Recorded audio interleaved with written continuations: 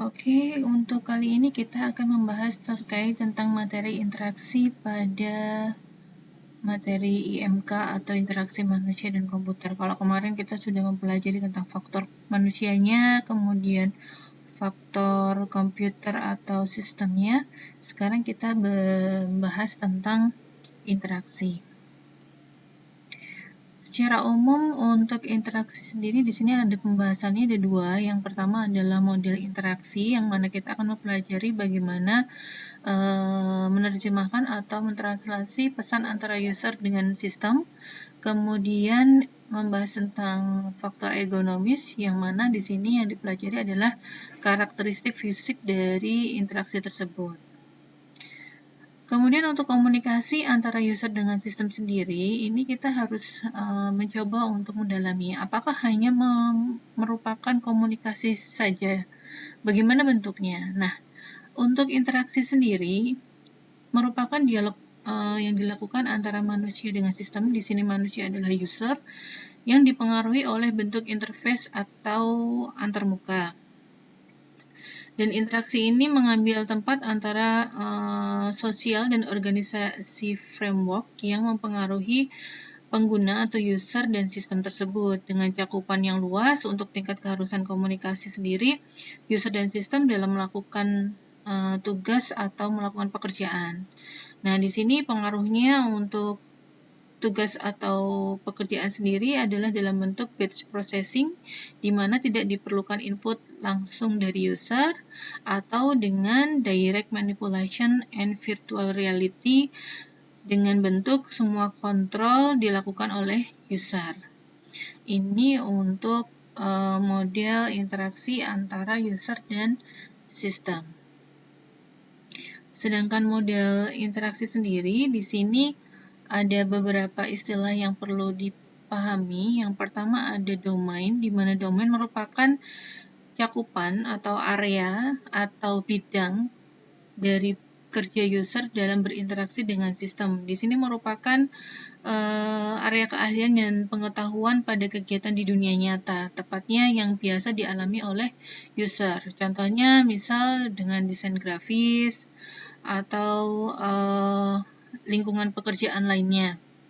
Sedangkan goal atau tujuan di sini merupakan apa yang ingin dicapai oleh user itu, kemudian menginginkan hasil yang bagaimana dan seperti apa.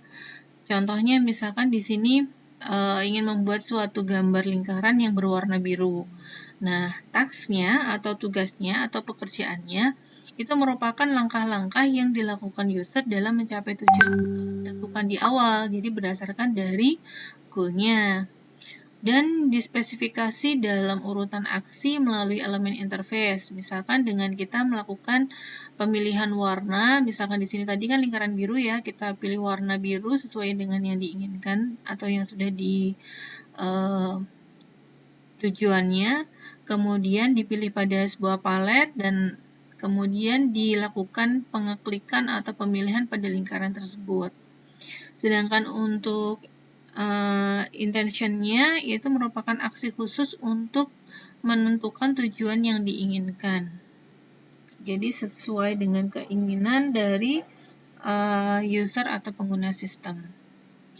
Sedangkan untuk task analis atau analisis tugasnya itu yang kemarin kita sudah singgung, di sini digunakan untuk mengidentifikasi ruang masalah yang terkait dengan domain, baik itu bentuk tujuannya apa, tugasnya bagaimana, dan maksudnya seperti apa.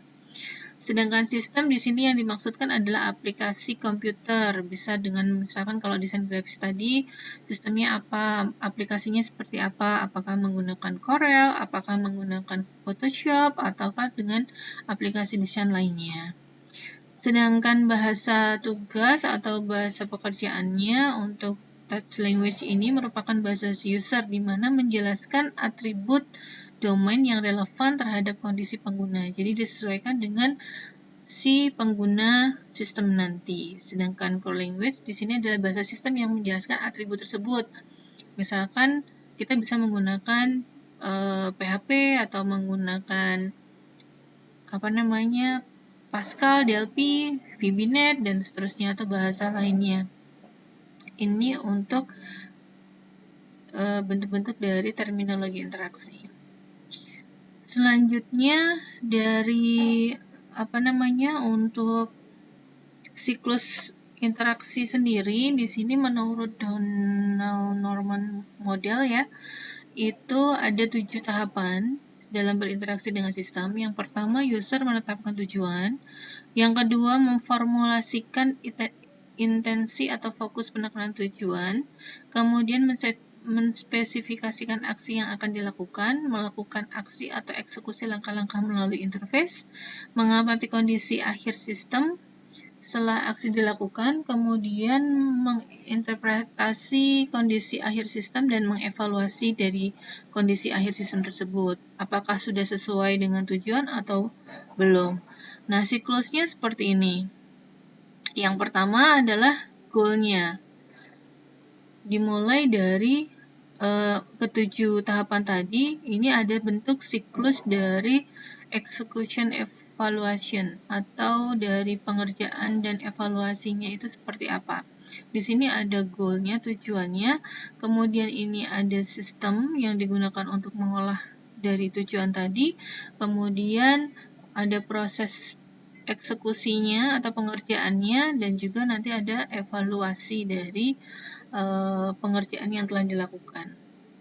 Tahapan yang pertama adalah goal-nya. Dari goal di sini, user menetapkan tujuan. Jadi, user menetapkan tujuannya itu mau apa? Kalau misalkan tadi tujuannya adalah membuat lingkaran berwarna biru, sehingga di sini tujuannya adalah kita akan membuat lingkaran biru. Selanjutnya akan dieksekusi dengan mengimplementasi ke dalam sistem. Misalkan tadi contohnya dengan desain ya. Nah, yang pertama adalah memformulasikan intensi atau fokus penekanan tujuan tadi, yaitu dengan membuat lingkaran berwarna biru. Spesifikasinya bisa dilakukan dengan misalkan ukurannya berapa, kemudian desain bentuk lingkarannya gimana, apakah apakah dengan pewarnaan yang menggunakan degradasi atau tidak, dan seterusnya. Sedangkan untuk melakukan aksi atau eksekusi langkah-langkah melalui interface itu dengan pemilihan palet tadi, misalkan menentukan shape-nya berupa lingkaran, kemudian dipilih warnanya untuk format color-nya itu biru, dan seterusnya. Nah, ini untuk tahap eksekusinya atau pengerjaannya.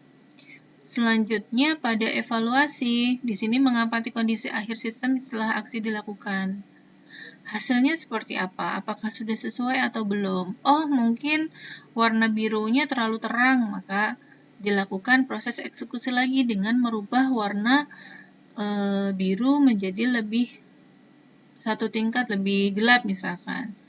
Dan ini akan selalu dievaluasi setelah dilakukan pengerjaan atau eksekusi, sehingga nanti dihasilkan atau goal-nya sesuai dengan keinginan atau yang dibutuhkan oleh user. Ini untuk siklus dari execution evaluasi dalam menentukan goal dari user. Selanjutnya dari human error, ini ada dua, bisa didapatkan karena adanya slips atau dengan adanya mistakes. Nah, slip ini misalkan contoh user mengetahui tujuan dan fitur dari sistem.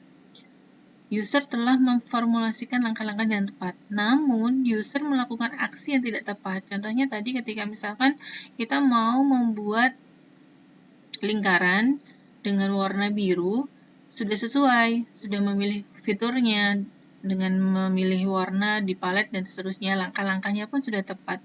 Tapi ternyata melakukan kesalahan di mana pemilihan lingkaran itu tidak diatur untuk ukuran lingkarannya. Padahal sudah sesuai, tidak mengetahui ukuran lingkarannya itu seperti apa.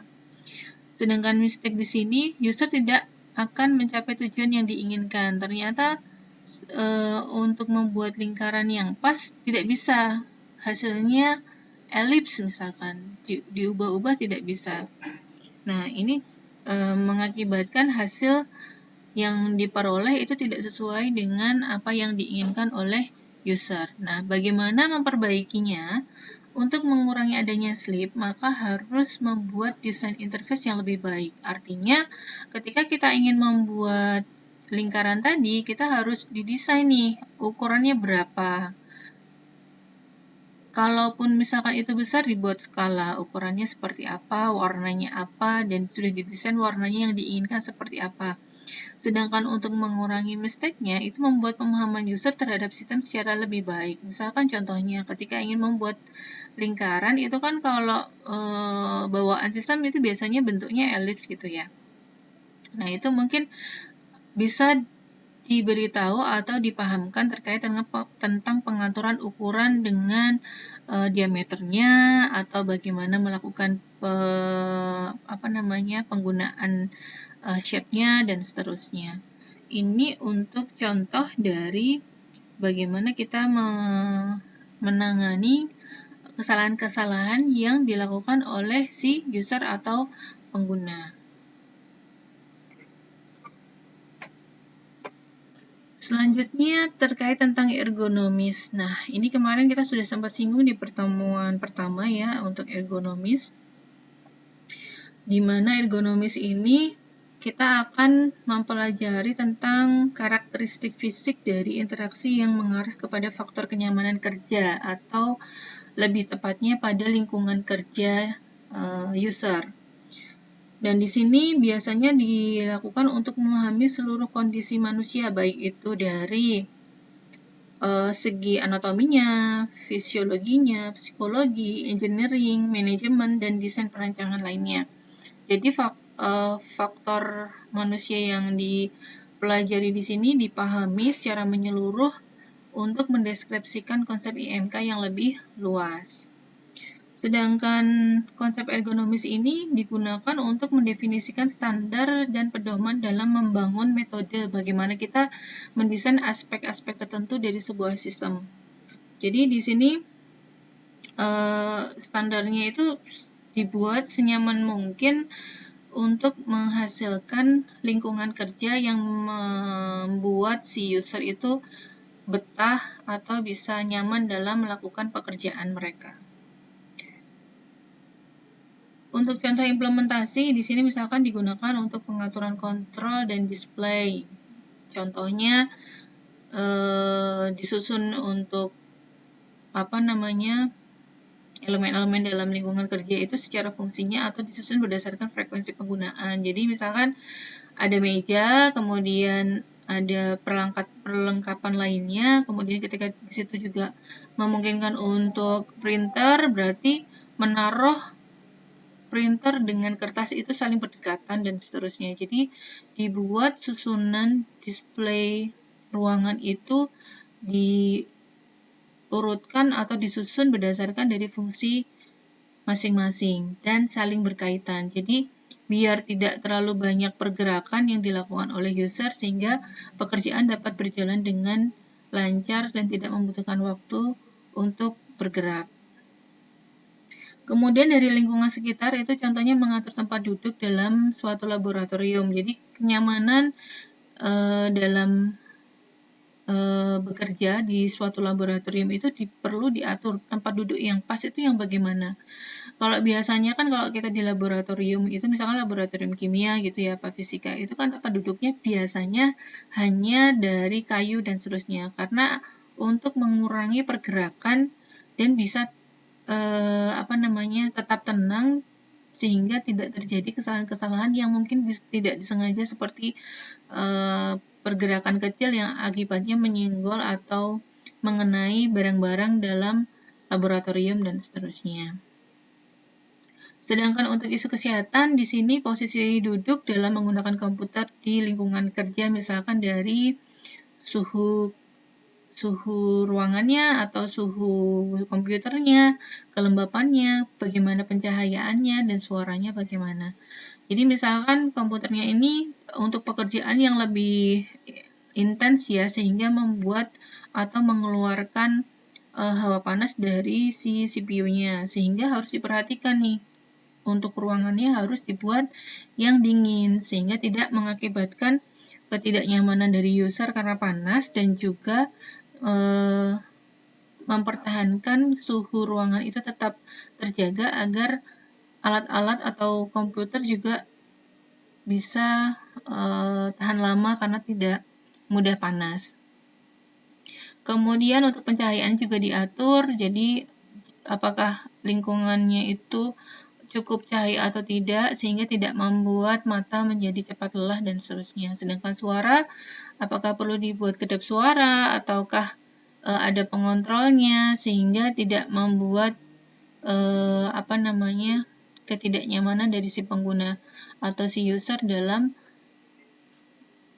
menggunakan komputer, sehingga tidak mengganggu kesehatan dari pengguna atau user itu sendiri. Kalau misalkan pencahayaan terlalu gelap kan juga akan merusak kesehatan mata, atau terlalu terang pun juga sama. Sedangkan suara jika terlalu keras juga tidak baik untuk kesehatan telinga dan seterusnya. Jika suhu ruangannya tidak stabil juga sama.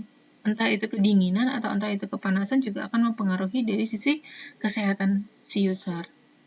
Sedangkan untuk penggunaan warna, misalkan di sini warna merah untuk peringatan, hijau untuk tanda oke, kemudian warna kuning sebagai warning yang yang standar ya.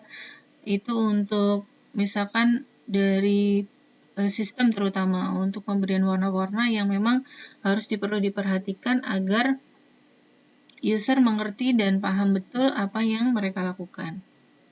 Ini untuk contoh-contoh dari sisi ergonomi. Sedangkan implementasinya misalkan seperti ini. Nah, kebanyakan kan kalau kita bahkan saya sendiri pun masih sama, masih belum memperhatikan tentang ergonomi dalam hal lingkungan ya. Contohnya misalkan dalam penggunaan tempat duduk dan juga meja. Nah, di sini kalau yang betul itu kan posisi harus lurus, tangan tidak boleh lebih tinggi atau lebih rendah dari keyboard dan mouse, harus lurus 90 derajat ya di sini, dan duduknya pun harus tegap. Ini tidak akan membuat kita cepat lelah.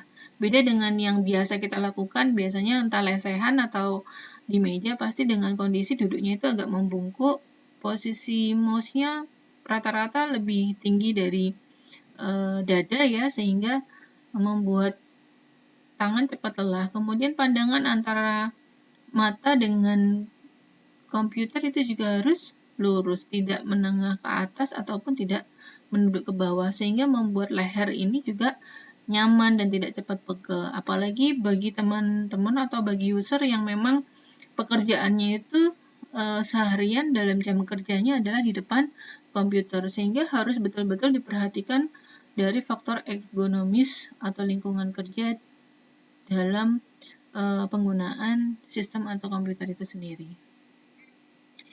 Misalkan ini untuk penggunaan keyboard.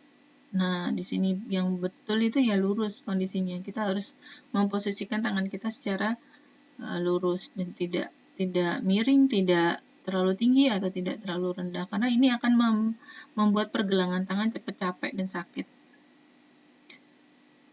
Mouse pun juga sama seperti itu, jadi harus lurus, karena ini akan mempengaruhi pergerakan dari kesehatan pergelangan tangan. Nah, ini untuk contoh implementasi dari ergonomi. Atau bisa menggunakan glass interface ya di sini. Yang pertama untuk interface pada industri ya. Untuk tradisional dia menggunakan dial knob atau relay, atau untuk yang saat ini biasanya menggunakan screen atau keypad. Sedangkan untuk kelebihannya di sini untuk glass interface itu dia lebih murah dan fleksibel. Kemudian multiple representation dengan nilai yang akurat, dan interface-nya juga ditempatkan pada lokasi yang berbeda. Jadi bisa beragam. Untuk secara fisik memang berbeda, kehilangan konteks juga kompleks, antar mukanya juga berbeda, namun terkadang tetap dibutuhkan untuk keduanya. Ini dikolaborasikan agar mendapatkan tujuan yang sesuai dan perfect untuk menghasilkan solusi atau hasil yang diharapkan oleh user. Ini untuk model class interface. Sedangkan untuk direct manipulation-nya, perbedaannya di sini ketika kita berbicara tentang office atau kantor, itu bisa melakukan manipulasi secara langsung di mana user berinteraksi dengan dunia buatan. Jadi misalkan ada sistem langsung berinteraksi dengan user. Namun kalau di industri itu tidak langsung, biasanya user berinteraksi dengan dunia nyata melalui interface. Jadi misalkan di sini ada plan-nya, kemudian ada interface yang menjembatani si user. Jadi dari user ke interface, di interface kemudian baru masuk kepada plan-nya. Kemudian dikembalikan dalam bentuk feedback atau instrumen, dan juga di sini menghasilkan tujuan yang didapatkan seperti apa. Nah, biasanya hal-hal ini terkait pada feedback dan waktu jeda atau delay-nya. Jadi, pada proses kedua ini yang berhubungan di sini adalah yang membedakan itu terkait tentang feedback dan delay-nya. Selanjutnya untuk contoh dari ergonomi industri, di sini ada bagaimana struktur bentuk dari kursi. Enak kali ya kalau kita punya kursi seperti ini. Jadi ini sangat nyaman. Ada untuk penyangga lehernya, kemudian untuk punggung, kemudian untuk pinggul, kemudian di sini untuk tangan dan seterusnya. Ini diatur dan bisa ketinggiannya juga bisa diatur. Sedangkan ini diberikan roda agar memudahkan untuk pergerakan tanpa kita harus berdiri, duduk. Walaupun memang kalau untuk penggunaan komputer kita harus sesekali tetap meregangkan tubuh ya, untuk setiap berapa waktu meregangkan tubuh beberapa menit. Nah, ini tadi untuk pengaturan display-nya. Jadi, memposisikan komputer itu terletak di mana, kemudian buku-buku di mana, atau kalau misalkan ada printer ditaruh di meja, berarti yang berkaitan dengan printer seperti kertas harus berada di dekatnya dan seterusnya. Jadi harus diatur sedemikian rupa agar memudahkan dalam pergerakan si user dalam menggunakan lingkungan kerja untuk mendukung pekerjaan mereka. Contoh yang lain, nah, untuk prinsip ergonomi yang pertama adalah secara fisikal ya, di mana di sini menjadikan segala sesuatu menjadi mudah dijangkau, tadi yang seperti saya bilang, jadi mengurangi pergerakan yang tidak penting. Kemudian dengan ergonomi yang bagus, secara fisiknya itu juga bekerja dengan tinggi dan yang sesuai dan cocok sehingga nyaman untuk dilakukan. Kemudian sesuai dengan ukuran atau postur tubuh si user, mengurangi pengeluaran tenaga yang berlebihan atau tidak perlu. Ini kaitannya dengan yang poin pertama tadi. Kemudian meminimalkan kepenatan dan keletihan dengan kondisi ruangan yang nyaman, rapi, dan tertata. Sedangkan selanjutnya mengurangi pengulangan yang berlebihan. Ini juga sama ya kaitannya dengan poin 2 dan 4 tadi, mengurangi pengeluaran tenaga, kemudian memberikan jarak ruang dan akses, dan meminimalkan kontak stresnya. Itu untuk secara fisiknya.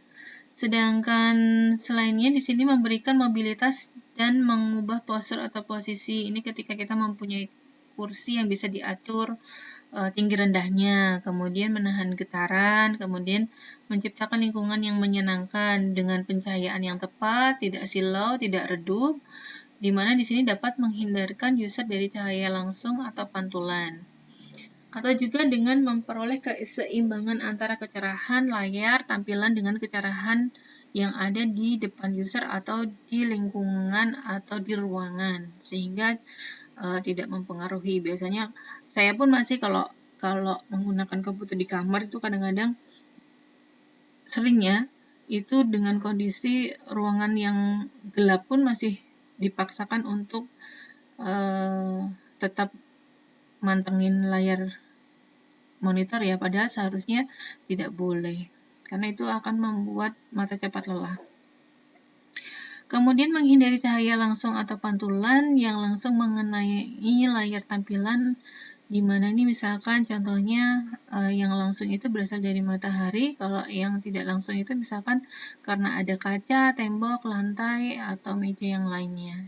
Kemudian selanjutnya adalah temperatur yang tepat, tadi kaitannya dengan suhu, biar tidak panas ataupun tidak kedinginan. Sedangkan untuk prinsip kognitif sendiri itu adanya standarisasi, biasanya untuk kognitif ini sudah ada standarnya ya, harus seperti apa, itu sudah ada panduan yang harus diikutkan, kemudian membuat stereotip, kemudian menghubungkan aksi dengan persepsi, mempermudah pemaparan suatu informasi dan menyajikan informasi pada level yang tepat dan detail. Jadi semuanya didefinisikan sesuai dengan standar untuk menghasilkan pekerjaan yang baik dengan level yang tepat secara detail. Selanjutnya memberikan image atau gambaran yang jelas sehingga bisa dimengerti, kemudian membuat redundansi, misalkan warna yang berbeda, cetak tebal, miring, dan seterusnya, membuat pola pattern, kemudian memberikan stimulan atau simulasi dari variasi warna yang sesuai dengan kondisi, mana yang tepat, dan yang terakhir paling penting di sini adalah umpan balik yang secara cepat dan seketika. Jadi apapun yang dilakukan oleh user akan diberikan sebuah feedback atau umpan balik secara langsung dan cepat seketika saat itu juga oleh sistem ketika user sudah memberikan perintah atau aksi. Nah, begitu untuk penjelasannya, nanti bisa ditambahkan referensi lain. Semoga bermanfaat. Terima kasih.